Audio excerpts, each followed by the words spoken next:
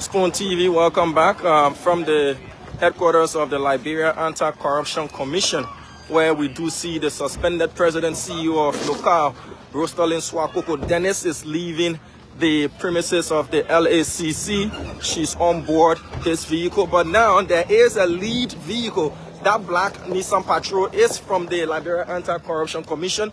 On board this vehicle, the president CEO has got her legal representation. In the front seat, Councillor Masakwe is right in the front, whether or not he wants to speak to the media, but they're moving, they're rolling away from the headquarters of the LACC.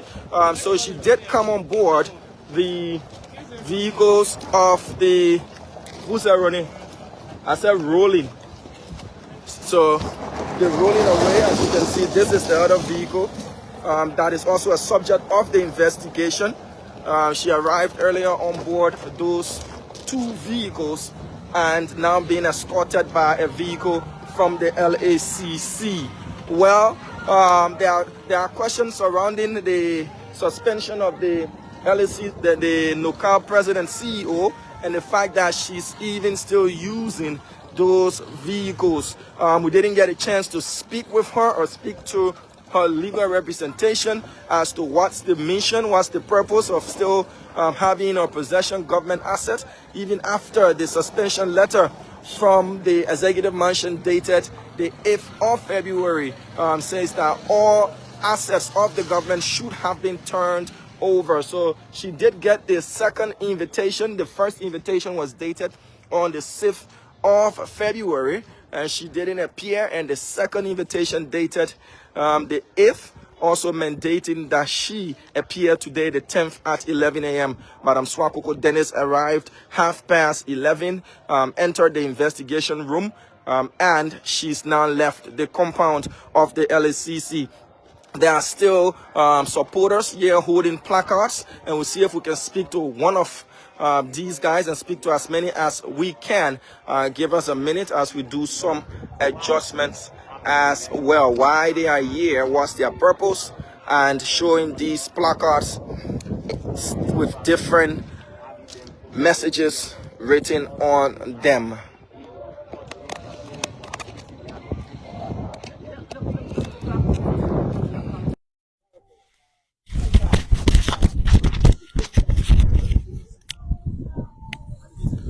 Okay, folks, thank you. So let's speak to this gentleman. Chief, how are you? I'm fine. Why are you covering your face? Why is your face covered? I cover my face in protecting myself and my identity, because we are in a corruption fight, and sometimes people that will stand against in corruption fight go after you. So this is why I'm covering my face for identity. So I see your placard says LACC should go for all corruption matters. Why this particular message? Well, we understand from the beginning of Ambassador Joseph Yuma Bwaka administration, there have been a lot of corruption issues been going on, and GAC have come up with a lot of audit report. Okay, but we understand that the government of Liberia, the LACC, the GAC, they have been selective in our fight against corruption. Okay, you guys are in the media, you can bear this as a witness. The now commissioner at the LTA, Mr. Kamara, were indicted by the same GAC or the LACC, were indicted. Have the president taken any decision or action on Mr. Kamara? No, the president has not taken any action on Mr. Kamara. Okay, let's go back to NAFA. Has the president taken action on NAFA? No. Right in the president cabinet, the minister of state, before you could even be minister of state, you are involved in corruption, taking money from NASCO to purchase car. Has the president taken action on those people? No. So if you want to fight corruption, we came here in solidarity to Suacoco Dennis. We are not here to defend corrupt people, but we are here to tell the government of Liberia, if you are fighting corruption, fight corruption holistically. Do not be selective in your fight. Go for everyone. Don't be selective. Why is it you still allow the lily at the National Road Fund is going free? The Public Works Minister, He thought on the 2 million to face Dustin all around here. Spoon, your cost us on that thing. What happened? Nothing. The person protecting. Lelele at the mansion. Kula Fofana. She took price people money. What the president did with it? Nothing. So we are here to tell the president, he and the LACC, let us go after everyone that is into corruption. They shouldn't pick among the corrupt people.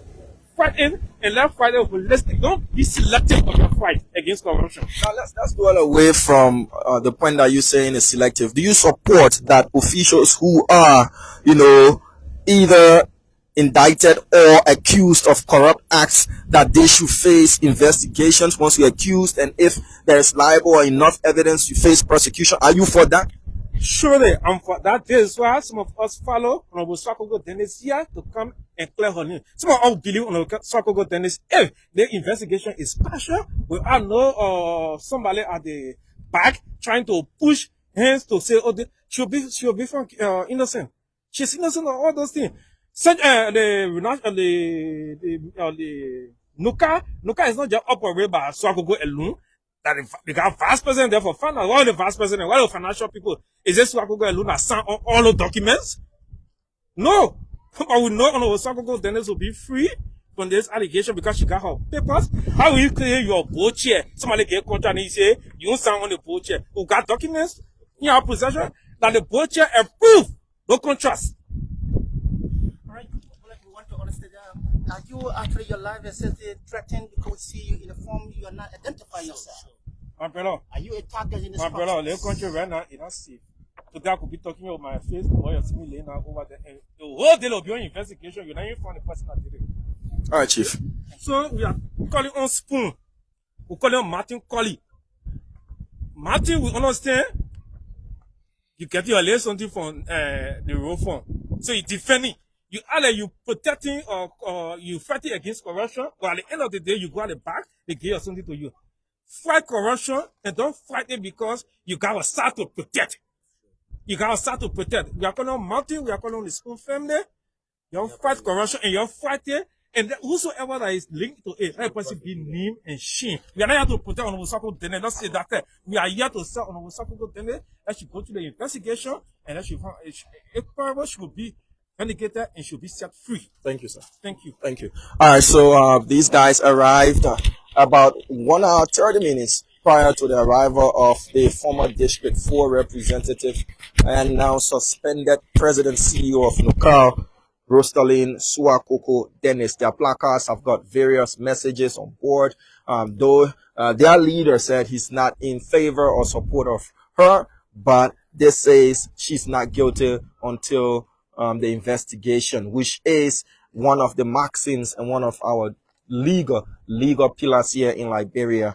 She arrived at about 11:30 on board the 2 vehicles that are also subject of this investigation. According to the LACC's communication, she has been invited to answer questions on allegations of corruption and mismanagement.